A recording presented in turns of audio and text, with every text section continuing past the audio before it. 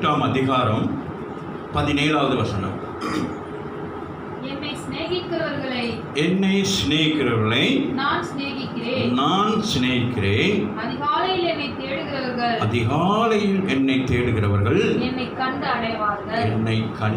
அடைவார்கள். மகா இரக்கமும் கிருபை நிறைந்த நல்ல தகப்பனை, இந்த காலை வேலைக்காக மக்கள் நாங்கள் நன்றி சொல்லுகிறோம். இந்த காலை வேலையிலும் உண்மை துதிக்க, உண்மை ஆராதிக்க, உடைய நாமத்தை பிரஸ்தாபப்படுத்த, உயர்த்த எங்கள் கொடுத்த நல்ல கிருபையான நேரத்துக்காக மக்கள் நாங்கள் நன்றி சொல்லுகிறோம். கர்த்தாவே, இந்த வார்த்தையின் வேலையிலும் கர்த்தர் எங்களோடு கூட இடைப்படுங்க தகப்பனே. இந்த திருவிழா நாளிலே கர்த்தர் எங்கள் ஒவ்வொருவரையும் சீர்படுத்தும்படி, ஒழுங்குபடுத்தும்படியாக, ஆண்டவரே கர்த்தருடைய வார்த்தை ஒவ்வொருவரையும் கழுவும்படியாக உடைய கருத்தில் ஒப்புக் கொடுக்கிறோம் தகப்பனே. என் தேவன் தாமே இந்த நிகழ்ச்சிகளை யூடியூப் மூலமாக பார்க்கிறவர்கள், யூடியூப் மூலமாக மற்றும் ஃபேஸ்புக் மூலமாக பார்க்குற ஒவ்வொருவரையும் கர்த்தர் இந்த வார்த்தைகள் மூலமாக அவர்களை பலப்படுத்தி வரும் நாட்களுக்கு ஒவ்வொருவரையும் ஆயத்தப்படுத்தும்படி உடைய கருத்தில் ஒப்புக் கொடுக்கிறேன். கர்த்தர் பொறுப்படுத்தி ஆசீர்வதித்து வழி நடத்தும்படி இயேசுவின் நாமத்தினாலே ஜெபிக்கிறோம் எங்கள் நல்ல பிதாவே.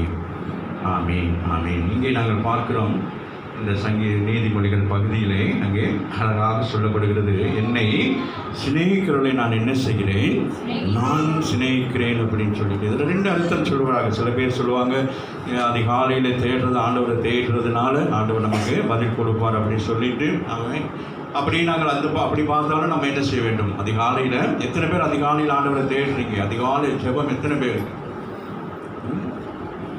அதிகாலையில் எத்தனை பேர் ஜெபிக்கிறீங்க? நம்ம என்னது அதிகாலையில் ஆண்டவரை தேடுறதுன்னு சரி, வேதத்தை நம்ம வாசிக்கிற பொழுது கர்த்தர் நமக்கு எண்ணத்தை கொடுக்கிறார், விசேஷ ஞானத்தை கொடுக்கிறார். ஆகவே ஆண்டவரை தேடுவதற்குரிய அந்த ஞானத்தை நாம் என்ன செய்ய வேண்டும்? அதிகாலையில் நாங்கள் பெற்றுக்கொள்ள வேண்டும். அதிகாலையில் நம்முடைய சிந்தைக்குள்ள என்ன இருக்க வேண்டும்? தேவ ஞானம் இருக்குமானால் தான் தேவன் நம்மை நடத்துவார். ஆமீன். அதுதான் சாலமோன் அவ்வளோ பெரிய தேசத்தை ஆளுகை செய்வதற்கு அவன் என்ன செய்திருக்கலாம்? தகப்பன் செய்த காரியத்தை அவன் செய்து கொண்டு போயிருக்கான். ஆனாலும் அவன் என்ன சொல்லுகிறான்? ஆண்டவரே, இந்த ஜனங்களை நடத்துவதற்கு நான் என்ன செய்ய வேண்டும்? எனக்கு விசேஷித்த ஞானத்தை கொடுங்கள் என்று சொல்லி ஆண்டவர் என்ன செய்கிறார்? ஞானத்தோடு கூட எதை கொடுக்கிறார்? அப்ப ஞானத்தை நாம கேட்டோம்னா நமக்கு என்ன கிடைக்கும்? ஐஸ்வர்யம் கிடைக்கும். ஐஸ்வர்யத்தை கேட்டோம்னா நமக்கு என்ன கிடைக்கும்? ஒன்றுமே கிடைக்காது. அதுதான் ஞானம். அப்போ ஞானம் நமக்கு அதை கேட்குற நேரம் ஆண்டவர் என்ன சொல்லிட்டான்? ஆமாம், நம்ம ஞானம் உள்ளவன் எவனோ அவனுக்கு என்ன செய்யப்படும்? கொடுக்கப்படும். அப்போ என்ன இருக்கணும்? அந்த ஞானம் இருக்கு. நம்ம கையில் கொடுக்கப்பட்டிருக்க அந்த தாளந்துகளை அவர்கள் என்ன செய்கிறார்கள்? 2 பேர் என்ன செய்கிறார்கள்? அந்த தாளந்துகளை பிரயோசனப்படுத்தி கொள்ளுகிறார்கள். ஒருவன் என்ன செய்கிறான்? அதை பிரயோசனப்படுத்தாதபடிக்கு இருந்தபடினாலே ஆண்டவர் என்ன சொல்லுகிறார்? அந்த இடத்துல அந்த எஜமான் என்ன சொல்லுகிறான்? அந்த தாளந்தை என்ன செய்யணும்? ஒன்றுக்குமே பிரயோசனம் பண்ணி வச்சிருக்கேன். ஒரு இடத்துல சொல்லப்படுது, நீ அதை பேங்கில் போட்டு தானே எனக்கு வட்டி கிடைச்சிருக்குமே அப்படின்னு சொல்லிட்டு. ஆண்டவர் பார்க்குறார், என்னது கொடுக்கறதுல நம்ம என்ன செய்ய வேண்டும்? அதை பெருக செய்யணும். இந்த வேத வசனங்கள் இப்போ உங்களுக்கு கொடுக்குற இந்த வேத வசனங்கள் உங்களுக்குள்ளாக என்ன செய்ய வேண்டும்? அப்படி பபுள்ஸ் மாதிரி அது பெருக வேண்டும். ஒரு ஆமீன் சொல்லுங்கள். நம்முடைய வாழ்க்கையில் கர்த்தருடைய வார்த்தையை கேட்குற உங்கள் வாழ்க்கையில் ஒரு பிரசங்கம் கேட்குறது, உங்களுக்குள்ளேயும் ஒரு பிரசங்கம் என்ன செய்ய வேண்டும்? ஆமாம், நமக்கு உங்களோடும் ஆண்டவர் பேச வேண்டும். உங்களுக்கு நான் 1 மணி நேரத்தில் பேசுகிற விஷயத்தை நீங்கள் வீடுகளில் போய் தியானிக்கிற நேரம் இல்லைதா, இந்த என்ன பாஸ்டர் பேசினாங்க அப்படின்னு சொல்லி நீங்கள் ஆண்டவரத்தை கேட்டீங்கன்னா உங்களுக்கு பல மணி நேரங்கள் கர்த்தர் இதை குறித்து விவரித்து சொல்லுவார். ஆமென், அல்லேலூயா. ஆகவே தான் இந்த இடத்தில் அழகாக சொல்லப்படுகிறது. வாசி மகள் அந்த வசனத்தை, என்னை சிநேகிக்கிறவர்கள் ஆமென், அவரை சிநேகிக்கணும். அவரை என்ன செய்யணும்? நேசிக்கணும். வேதத்தை நம்ம என்ன செய்ய வேண்டும்? அதை நேசிக்க வேண்டும். அதுபோல் ஆண்டவரை நேசிக்க வேண்டும். ஞானத்தை நம்ம என்ன செய்ய வேண்டும்? நேசிக்க வேண்டும். நம்ம அதிகாலையில் தான் ஃப்ரெஷ்ஷான நேரத்தில், எனக்கு தெரிந்த ஒரு தாயார் கொடைக்கானலில் இருந்தார்கள். அப்போ அவர்கள் சொன்னார்கள், அதிகாலையில் நான் எழும்பி ஜெபம் பண்ணுவேன். அப்போ அது எந்த அதிகாலைன்னு சொன்னால், அப்போ நம்ம விட்டு அதிகாலை வேறு. நமக்கு சென்னையில் இருக்கிற நமக்கு அதிகாலை 6 மணி 7 மணி தான் அதிகாலை. சில பேருக்கு 10 மணிக்கும் அதிகாலையாக இருக்கும். ஆமாம், பள்ளி திட்ட அநேகருக்கு 10 மணியும் அதிகம் இருக்கும். என்ன சிரிக்கிறோம் அக்காவை பார்த்து? 10 மணிக்கு எழுப்புவீங்களோ? அப்போ அந்த அம்மா என்ன சொல்கிறாங்க? ஏன் அப்படிங்கிறத குஷ்டரோகி மாதிரி ஏன் உட்கார வைங்க. ஆமீன். அப்போ அவங்க சொல்கிறாங்க, நான் அதிகாலையில் அந்த பாருங்கள், அது கொடைக்கானலே குளிரான ஊர் தெரியுமா? அந்த ஊர்லேயே அந்த அம்மா 3 மணி அந்த குருவிகளுடைய சத்தம் கேட்பதற்கு முன்பதாக என் ஜெபத்தை நான் நிறுத்தி விடுவேன் அப்படின்னு சொல்கிறாங்க. நம்ம குருவியுமே கத்தி, காக்கா கத்தி, கோழி கத்தி கூட நம்ம என்ன செய்ய மாட்டேங்கிறோம். கோழி கூடா கூட நம்ம என்ன செய்கிறோம், இந்த பக்கம் சுகமாக அப்படி படுத்துக்கிறோம். ஒரு 5 minutes I like to sleep 5 minutes அப்படின்னு சொல்கிறோமான்னு. ஆகவே சொல்கிறாரு, என்ன செய்யணும், அதிகாலையில் வாசிங்க. யோவான் 14:22 வாசிங்க. சீக்கிரமாக வாசிங்க.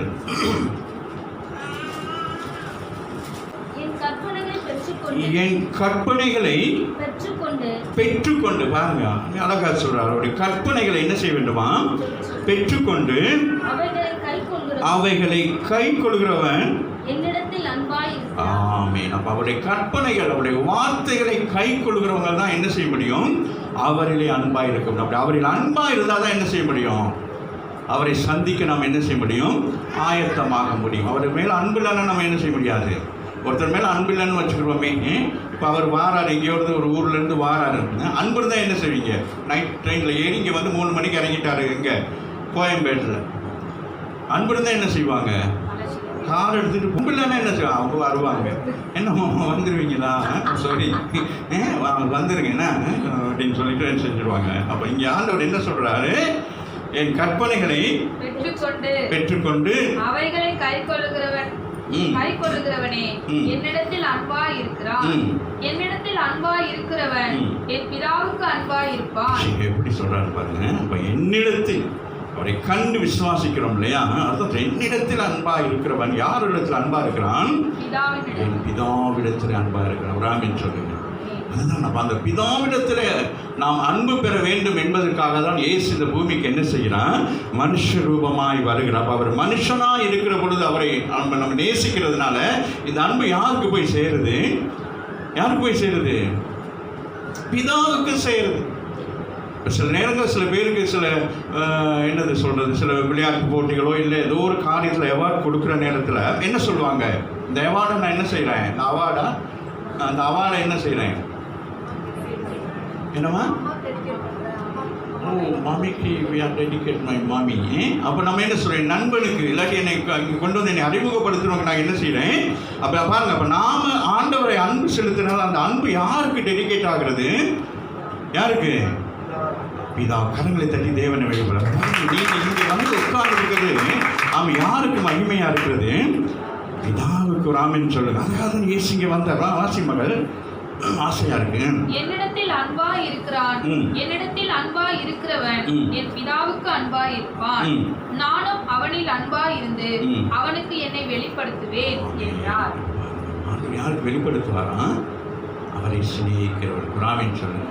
அதிகாலையில் அவரை தேடுறவங்களுக்கு அவர் என்ன செய்கிறார், தன்னை வெளிப்படுத்துகிறவராக இருக்கிறார். எப்படி வெளிப்படுத்துவார் இயேசு உங்கள்கிட்ட, எப்படி வெளிப்படுத்துவார் இயேசு உங்களிடத்துல, நீங்கள் அன்பாக இருக்குன்னா ஆண்டவர் எப்படி உங்களை வெளிப்படுத்துவார் இயேசு உங்களிடத்துல, நான் தான் பிதாவாகிய தேவன். ஆமீன். அது யாருக்கு, அவர் அன்பாக இருக்கவங்க தான் அந்த ரகசியத்தை சொல்லுவார். ஏன்னா ஆண்டவர் அங்கே தன்னை வெளிப்படுத்துகிற நேரம் அங்கே யூதர்கள் அவருக்கு விரோதமாக இருந்தாங்க. அவர் நான் என்று சொல்லுகிற பொழுது யூதர்கள் அவரை கல்லடிக்கலாம் முற்பட்டார்கள். காரணம் என்னன்னு கேட்டால், நான் என்கிற வார்த்தையை யூதர்கள் பயன்படுத்த மாட்டார்கள். ஏன்னா ஆண்டவராக இயேசு ஆண்டவரை பிதாவாகிய தேவன் சாமி தன்னை வெளிப்படுத்துகிற பொழுது நான் என்ன சொன்னார், ஐ எம் என்று சொல்லி ஆங்கிலத்தில் சொல்லுகிறது போல தமிழில் என்ன சொல்லப்பட்டிருக்கிறது, இருக்கிறவராக இருக்கிறேன் என்று. ஆகவே அந்த வார்த்தைகளை அவர்கள் சொல்லுவதற்கு பயப்படுவார்கள். ஆகவே அவர் மேல் அன்பு உள்ளவர்களுக்கு மாத்திரம்தான் என்ன செய்கிறார். ஆகவே தான் பேதுரு சொல்லுவார் இல்லையா, யாரிடத்தில் கேட்பார், எல்லாரும் போயிடுவாங்க. அந்த நேரம் ஆண்டவர் கேட்பார் பேதுருவை பார்த்து, நீங்களே என்னை விட்டு போவீர்களா அப்படின்னு சொல்லி. அதுக்கு என்ன சொல்லுவான் பேதுரு, என்ன சொல்லுவான், எப்படி ஆண்டவரை விட்டு போவது முடியல அல்லவா, என்ன இருக்கிறது, நித்திய வார்த்தை இருக்கிறது. அப்போ அந்த நித்திய ஜீவ வார்த்தையை விட்டு நீங்களாம் வீட்டில் உட்காந்துருந்தால் எப்படி இருக்கும். அந்த நாட்களில் ஒரு சின்ன ஒரு ஆகியமன் மாதிரி போய் கொண்டிருக்கு. இப்போ அந்த சபையெல்லாம் திறக்கிறாங்க. அப்போ ஒரு சில பேர்கிட்ட கேட்குறாங்க என்ன மாதிரி. அப்போ ஒரு சில பேர் சொல்கிறாங்க, இல்லை ஆன்லைன்லேயே ஆராதனைலாம் நடத்தினா நல்லா இருக்கும் அப்படின்ட்டு. ஒரு சில பேர் சொல்கிறாங்க, இல்லை சபைக்கு தான் போக வேண்டும். அப்போ இந்த காலம் ஒரு நெருக்கப்படுகிற ஒரு காலமாக இருக்கிறது. இந்த ஒரே ஒரு காரியத்தை சொல்லி என்ன செய்கிறாங்க, அப்போ அந்த பாஸ்டர் ஒரு நல்ல அழகாக பேசினார். இன்றைக்கி உலக பிரகாரமாக ஸ்கூல்கள், காலேஜ்கள் எல்லாம் திறக்கப்படுகிற பொழுது அவர்கள் எல்லாம் தங்களுடைய வேலைகளுக்கு போகிற நிச்சயமாக நாம் என்ன செய்ய வேண்டும்? சபையில் தான் போய் ஆண்டவரை நாம் ஆராதிக்க வேண்டும் என்று சொல்லிட்டு. ஆமாம். யாக்கோபு 1:5 வாசிங்க மகள்.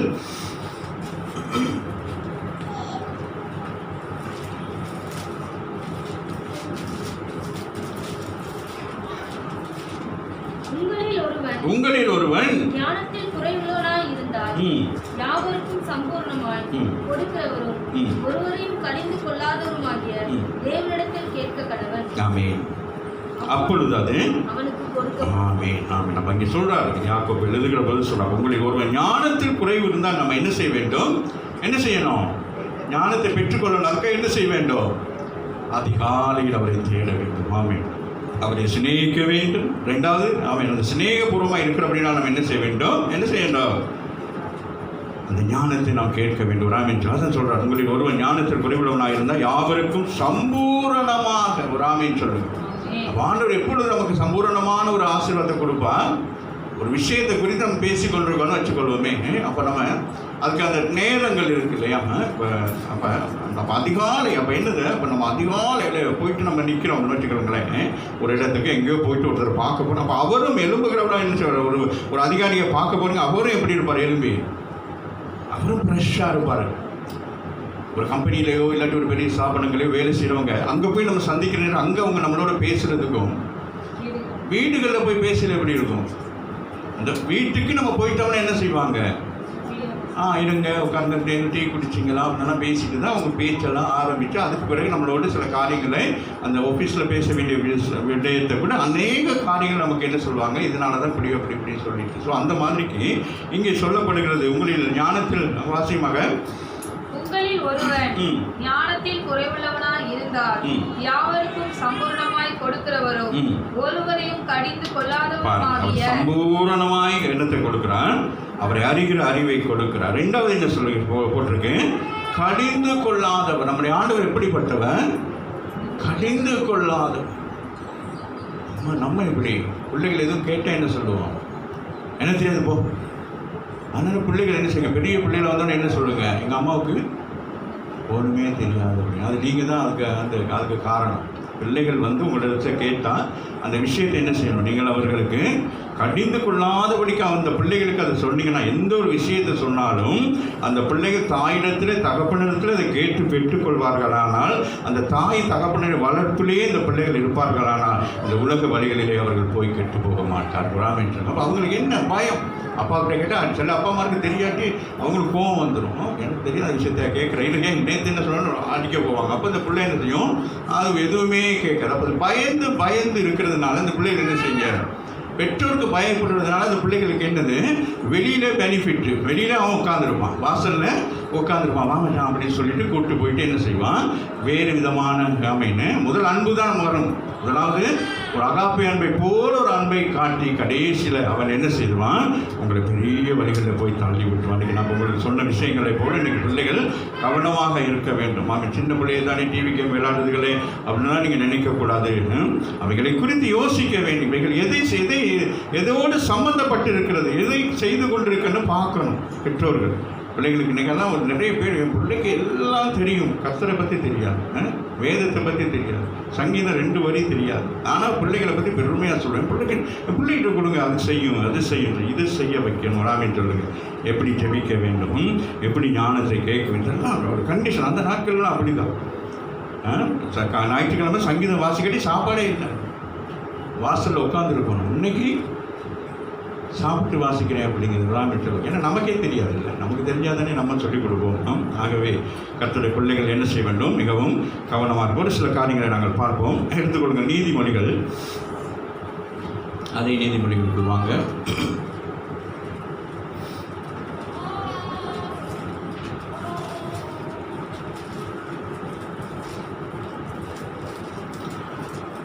நீதிமொழிகள் 8ஆம் அதிகாரத்தில் 34 வாசிங்க. என் வாசல் படியில் நித்தம் ஒரு நாள் ஜெபிச்சுட்டு ஒரு நாள் அதிகாலையில் எழும்பிட்டு அப்புறம் ஒரு வாரத்துக்கு சொல்கிறது நான் காலையிலே ஜெபிச்சேன் அப்படின்னு சொல்லி. இன்றைக்கி நிறைய பேர் அது ஒரு பெரிய ஒரு இதாக சொல்கிறாங்க. அவங்க ஜெபிக்கிறவங்க நேரங்களில் நம்ம என்ன செய்யணும்? அவரை தேடணும். ராமின்னு சொல்லுங்கள். அதிகாலையில் மாத்திரமல்ல, நமக்கு எல்லா நேரங்களிலும் நம்ம என்ன செய்ய வேண்டும்? அவருடைய ஒத்தாசையோட கொடுக்கணும். ஆகவே இங்கே வசனம் அழகாக சொல்லுது, என் வாசல் படியிலே நித்தமும் என்ன செய்யணுமா? விழித்திருந்து என் கதவு நிலையருகே எப்படி அழகாக இருக்குது. சில பேர் சில விஷயங்களுக்காக என்ன செய்வாங்க? இந்த காத்திருக்கிறது ஒரு இது இல்லையா? எத்தனை மணிக்கு ஆஃபீஸ் திறக்கும், எத்தனை மணிக்கு தியேட்டர் திறக்கும், எத்தனை மணிக்கு வைன் ஸ்டோர் திறக்கும்னு சொல்லி காத்திருக்கிறது போல இங்கே ஆண்டவர் சபை உலகத்துக்குரிய காரியங்களே காத்திருக்கிறோம். அவன் நாங்கள் போயிட்டு ஏர்லி மார்னிங் போயிட்டு நம்ம சைன் பண்ணிவிட்டு இன்றைக்கி நமக்கு ஒரு ஓட்டி கிடைக்கும் அப்படிங்கிறதுக்காக நம்ம என்ன செய்வோம்? போயிட்டு இப்போ சில பேர் என்னது அதிகாரிகளை மேன்மைப்படுத்துவதற்காக போயிட்டு நிற்பாங்க. ஏர்லி மார்னிங் அவர் வந்துடுவார் அப்படின்னு சொல்லிட்டு. ஆனால் இங்கே நம்ம சர்ச்சில் வந்து ஆண்டவர்கிட்ட அந்த ஆசீர்வாதம் அந்த கிரெடிட்டை வாங்க நம்ம நினைக்க மாட்டோம். இங்கே ஞாயிற்றுக்கிழமை எல்லாருக்கும் இந்த காலில் வந்து ஒரு மாதிரி வந்துடுது வராமின்னு சொல்லுங்கள். மற்ற நாளைக்கு நான் பார்க்குறேன், வேலைக்கு போகிற நேரத்தில் மாஸ்க்கை போட்டுக்கிட்டு அப்படி போவாங்க, பறக்குன்னு போவாங்க. இந்த ஞாயிற்றுக்கிழமைக்கு மாத்திரம் இந்த கால் என்ன ஆயிடுது? ஓய்வு நாள்னால காலுக்கு ஓய்வு கொடுத்துருவாங்க போல இருக்காது. பார்ப்பேன். அதனால் காலையில் எழுப்பி நல்லா எக்ஸசைஸ் எல்லாம் பண்ணிவிட்டு என்ன செய்யணும்? ஆமாம், புறப்பட்டுடணும். சனிக்கிழமையிலேருந்தே என்ன செய்யணும்? நடந்து வாங்க. அப்போ தான் ஞாயிற்றுக்கிழமை சபைக்கு சரியாக வரலாம். வாசிங்க, கதவு அருகே காத்திருந்து எனக்கு செவி கொடுக்கிற மனுஷன் பாக்கியவான். கதவுக்கு நிற்கிற மாத்திரமல்ல, செவி கொடுக்க வேண்டும். ராமின்னு சொல்லுங்க. அதுதான் மிக முக்கியமான ஒரு விஷயமா. அடுத்த வசனம் பயங்கரமாக இருக்கிறது. என்னை கண்டடைகிறவன் வாங்க, ஆண்டவரை கண்டு அடைகிறவன். நாம இன்றைக்கு நீங்களும் நானும் அவரை கண்டு அடைந்தபடினா நாம் என்னத்தை அடைந்திருக்கிறோம்? எதை? நமக்கு என்ன இல்லை? இந்த பூமியில் என்ன இல்லை? மரணம் இல்லை. ராமின்னு சொல்லுங்க. இந்த சரீரத்துக்கு மரணம் இருந்தாலும் நாம் என்ன செய்கிறோம்? ஒரு நாள் உயிர் தருகிறவர்களாக இருக்கிறோம். ராமின்னு சொல்லுங்க. ஆகவே நமக்கு என்ன இல்லை? பயம் இருக்கக்கூடாது. ஆமீன். மரண பயம் என்ன செய்யக்கூடாது? ஜீவனை கண்டு அடைகிறான். அப்போ ஆண்டவரை கண்டு அடைகிறனால ஆமீன் என்ன செய்யப்படுகிறோம்? இந்த பூமியிலே நமக்கு ஒரு நம்பிக்கை இருக்கிறது. ஆமீன். நாம் ஆமீன் அவரோடு கூட நாம் ஜீவிப்போம் என்று சொல்லி. ஆமீன். ரெண்டாவது என்னது? தயவு கிடைக்குது. ராமின்னு சொல்லு. அதுதான் மிக முக்கியமானது. அப்படி தேடுகிறபடினா நமக்கு என்ன கிடைக்குது? எல்லா இடத்திலும் நமக்கு தயவு கிடைக்குது. ராமின்னு சொல்லு. யோசேப்பை குறித்து பார்க்குற பொழுது ஆச்சரியமாக இருக்கும். அவன் ஒரு வேலைக்காரனை போல எகிப்து தேசத்துக்கு போகிறான். அந்த போர்த்திபார் வீட்டில் என்ன செய்கிறான்? அந்த ராஜா என்ன செய்கிறான்? அந்த போர்த்திபா அவன் என்ன செய்கிறான்? அவனுக்கு முழு அதிகாரத்தையும் கொடுக்குறான். காரணம் வேதம் சொல்லுகிறது, கர்த்தர் அவனோடு கூட இருந்தார். அங்கே தான் அப்படின்னு சொன்னால் ஒரு தேவையில்லாத ஒரு பிரச்சனையில் மாட்டிட்டு அவன் என்ன செய்யப்படுகிறான்? சிறைச்சாலைக்கு போகிறான். அங்கே என்ன நடக்கிறது? அங்கேயும் கர்த்தர் தயவு, எல்லா இடத்துலையும் தயவு இருக்கிறான்னு சொல்லுங்க. இப்போ தேவ தயவை பெற்றுக்கொண்டீங்கன்னா நீங்கள் போகிற இடத்துலலாம் உங்களுக்கு என்ன உண்டாகும்? தயவு கிடைக்கும். நம்ம அதெல்லாம் அப்படியெல்லாம் இல்லை தானே. அதனால தான் போகணுன்னு அங்கே மேனேஜர் பார்க்கணும். நம்ம மூச்சை பார்த்தோன்னா அவனுக்கு தெரியும். எங்கள் ஐயா சொல்லுவார், நாங்கள் ஜெபிக்காமல் போனோம்னா சொல்லிப்பாரு பேய் வந்து நிற்குதுன்னா. நான் சொல்கிற விஷயத்தை நாங்கள் அனலைஸ் பண்ணி அதை செய்யணும். சொல்லுவார், இங்கே போய்ட்டு இதை செய் அதை செய் அப்படின்னு சொல்லிட்டு அப்படி முடிச்சு கேட்கலே தெரியும். இந்த பேயை வச்சு செய்யப்போ வேற ஒருத்தர் அனுப்ப அப்படின்ட்டு வருவாங்கன்னு சொல்லி. ஏன்னா நம்ம என்னது? இப்போ தேவனோடு இருந்தால் தான் தேவ ஞானம் இருக்கும், அந்த பிரசனம் இருக்கும். ஆமாம், அந்த பிரசனம் இருந்தால் தான் நம்மளை பார்க்குறவங்க என்ன செய்வாங்க? அதான் தானியலுக்கெல்லாம் அந்த பிரசனம் இருந்துச்சு. அதனால தான் ராஜாவெல்லாம் பயப்படுவாங்க. அவங்களால யாரும் பயப்பட மாட்டாங்க. ஏன் சொல்லுங்கள்? நம்ம என்ன தான் பேரில் எல்லாம் போட்டு முகத்தை எல்லாம் பண்ணிட்டு போனாலும் அங்கே அப்படி பார்த்தோன்னே நம்ம கொஞ்சம் என்ன ஆயிடும்? கருப்பாயிரும். இந்த மாதிரி பேய் வந்து நிற்கிறது சொல்லுவாங்க. ராமின்னு சொல்லுங்க. ஆகவே பாருங்க, என்னை கண்டு அடைகிறவன் ஜீவனை கண்டடைகிறான். ஆகவே நமக்கு மரண பயம் இருக்கக்கூடாது. ராமின்னு சொல்லுங்க. இதில் பிள்ளை என்னைக்கு ரசிக்கப்பட்டீங்களோ, என்னைக்கு ஞானஸ்தானம் பெற்றீங்களோ அன்னைக்கே உங்களுக்கு என்ன சொல்லணும்? ஆமீன். என் ஆண்டவர் ஒரு நாள் வருவார், என்னை அழை அப்படிங்கிற ஒரு நம்பிக்கை வர வேண்டுமா? அடுத்த வசனம் கொஞ்சம் பயங்கரமாக இருக்கு. எனக்கு விரோதமாய் பாவம் செய்கிறவன் எவனோ? என்ன பாவம் சொல்லுங்க பாவம்? என்ன பாவம் செய்யலாம்? நமக்கு ரட்சிப்பை கொடுத்த, நம்மை சிநேகிக்கிற, நாம் ஆண்டவரை விட்டு விலகி போகிறது ஒரு பெரிய பாவம். அவரை தேடாமல் இருக்கிறது நம்ம அதுதான் பெரிய பாவம். இந்த இடத்துல அதை தான் சொல்கிறாங்க. அவரை தேடாமல் இருக்கிறது தான் என்னது? நம்ம பல சூழ்நிலை சொல்லிடுறோம் இல்லையா? இதனால நான் வரலை, அதனால வரல, நான் உங்களுக்கு எக்ஸ்கியூஸ் கொடுப்பேன்.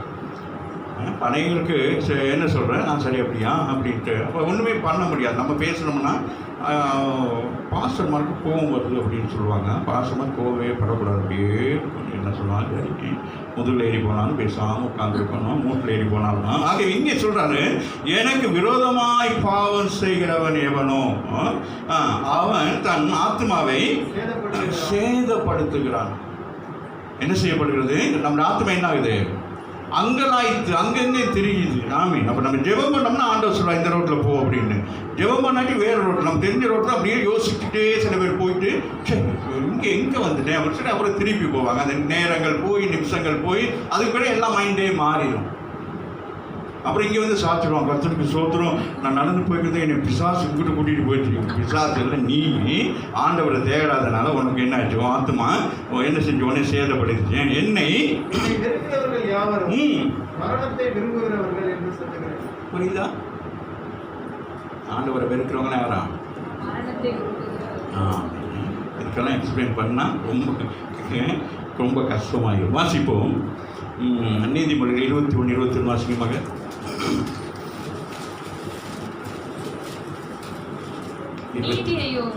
நீதியையும் தயையும் பின்பற்றுகிறவன் ஜீவனையும் கண்டடைவான். பாருங்க, நீதி. ஆமென். முதலாவது தேவ ராஜ்யத்தை நம்ம என்ன செய்ய வேண்டும்? தேட வேண்டியவர்களாக இருக்கிறோம். பாருங்க, ரெண்டாவது நீதி. ஆமீன். அப்ப என்னது? நம்மை நீதியின் பாதையில கர்த்தர் நம்மை நடத்துகிறவர்கள். ரெண்டாவது என்னது? தயை. எங்க போனாலும் நமக்கு என்னது? தயவு கிடைக்கும். ஆமீன். சில பேர் முகத்தை பார்க்குற நேரம் பால் வடிகிற மாதிரி இருக்கும். அவங்கள பார்க்கணுன்னு நமக்கு விசாரிக்க தோணும். எங்கம்மா வந்தீங்க, எங்கே பிரதர் வந்தீங்க அப்படி. சில பேர் முகத்தை பார்த்தா பயமாக இருக்கும், கதை இழுத்து மூடுற மாதிரி இருக்கும். ஆமீன். அப்போ இந்த இடம் சொல்லுது, நீதியையும் தயவையும் பின்பற்றுகிறவன் ஜீவனையும் நீதியையும் மகிமை. என்ன மகிமை? உயிர்த்தெழுகிற ஒரு மகிமையை நம்ம காண முடியும். ராமின்னு சொல்லுங்க. அது பாருங்க, அதாக பார்க்கணும். ஜீவனையும் அதே பார்த்தது. ஜீவனையும் உயிரோடு இருக்கிறவங்க தான் என்ன செய்ய முடியும்? இந்த சத்தியத்தை அறிய முடியும். இந்த சத்தியம் நம்மளை என்ன செய்யும்? மகிமைக்கூடாக கொண்டு போகும். ராமின்னு சொல்லுங்க. அப்போ இயேசுவை நாம் அதிகாலையில் தேடுகிற பொழுது நமக்கு வருகிற நன்மையான காரியங்கள் வாசிங்கள். அடுத்து 15ஆம் அதிகாரத்தில் 32, 33 வாசிங்க மகள்.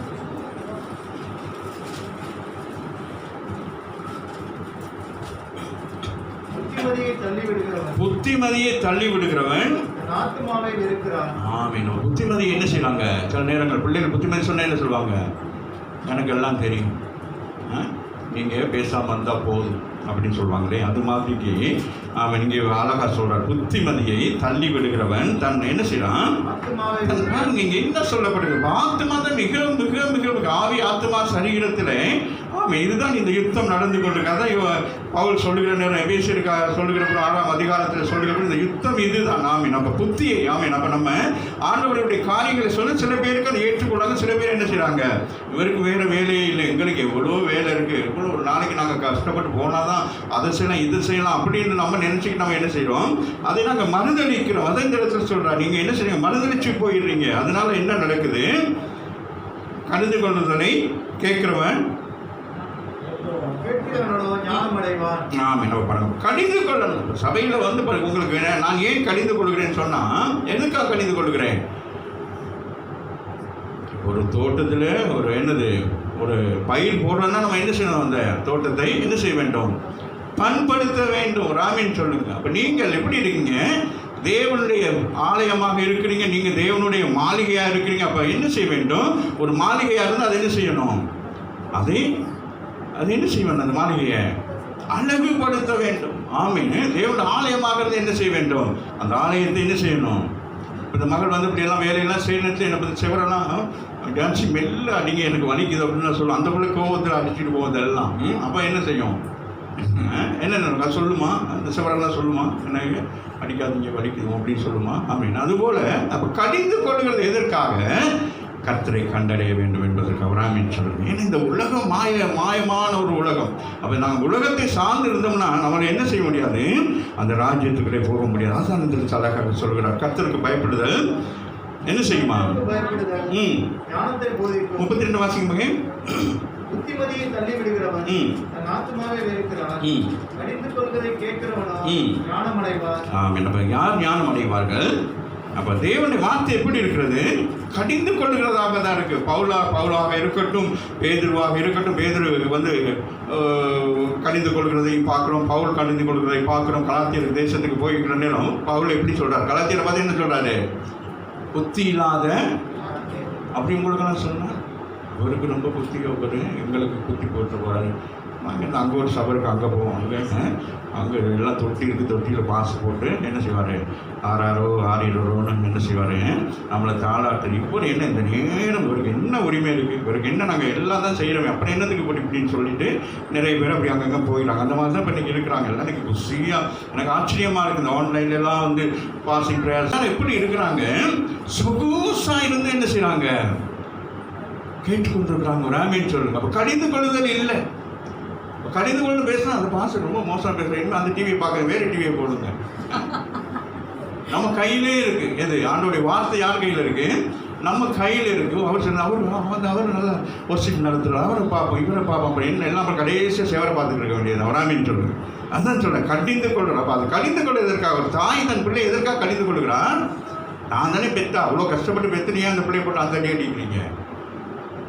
அந்த பிள்ளை தவறான வழியில் போகக்கூடாது என்பதற்காக. அடுத்த வசனம் ராசி மகள், கர்த்தருக்கு பயப்படுதல் ஞானத்தை போதிக்கும். ராமின்னு சொல்லுங்க. நம்ம கடவுளுக்காக தான் இந்த நீதிமொழிகள் வாசிக்கிற நேரம் அநேக காரியங்களை நமக்கு தான் சொல்லப்பட்டிருக்கு. ராமின் திருவந்த நாளிலே நம்ம எப்படி இருக்கணுமா? கர்த்தருக்கு பயந்தவளாக இருக்கணும், மனுஷனுக்கு அல்ல. நிறைய நேரங்கள் நம்ம மனுஷருக்கு தானே பயப்படுறோம். ஐயோ எதுவும் சொல்ல அப்படி இருக்கிறாங்க. உங்களுடைய பயம் ஆமீன்னு எல்லாம் எப்படி இருக்கணும்? ஆமே வெளியரங்கமாய், அவர் உள்ளரங்கமாய் நம்மை பார்க்கிறவராக இருக்கிறார். ஆமீன் சொல்லுங்க. வெளியரங்கமாக நம்ம சொல்லினா பயப்படுற மாதிரிலாம் நடிக்கலாம். சில பேர் நடிப்பாங்க, அப்படியெல்லாம் இருப்பாங்க. ஆனால் உள்ளுக்குள்ளே என்ன இருக்கும்? உள்ளுக்குள்ளே ஒரு பயங்கரமான ஒரு மிருகம் உட்காந்துருக்கும். ஆமீன்னு அங்கிட்டு போனோன்னா தெரியாத சும்மா அப்படி செஞ்சேன், இல்லாட்டி அவர் ஒரு மாதிரி இருப்பார், அதுக்காக தெரியாத அவர் ஐஸ் வச்சேன் அப்படின்னு சொல்லிட்டாங்க. அப்படி இருக்கக்கூடாது. கர்த்தருக்கு பயப்படுறது ஞானத்தை என்ன செய்யுமா? போதிக்கும். தாழ்மை மிக முக்கியமாக. ஞானம் தான் நமக்கு என்ன செய்யும்? நமக்கு அந்த தாழ்மையை கொடுக்கும். ராமின்னு சொல்லுங்க. 21 வாசிங்க. 21 வாசிங்க.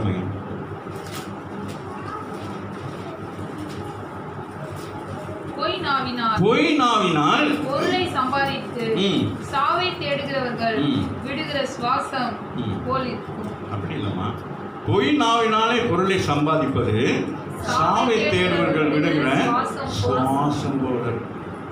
அதை சொல்லி இந்த சொல்லி ஏமாத்துறவங்கள்ட்ட சுவாசம் எப்படி இருக்கு பாருங்க, எப்படி இருக்கு? சாவை தேடும் அப்படின்னா என்னது? அது இதெல்லாம் சொல்லுவாங்கல்ல. ஏதாச்சும் சில பேருக்கு நடந்துட்டா என்ன சொல்லுவாங்க?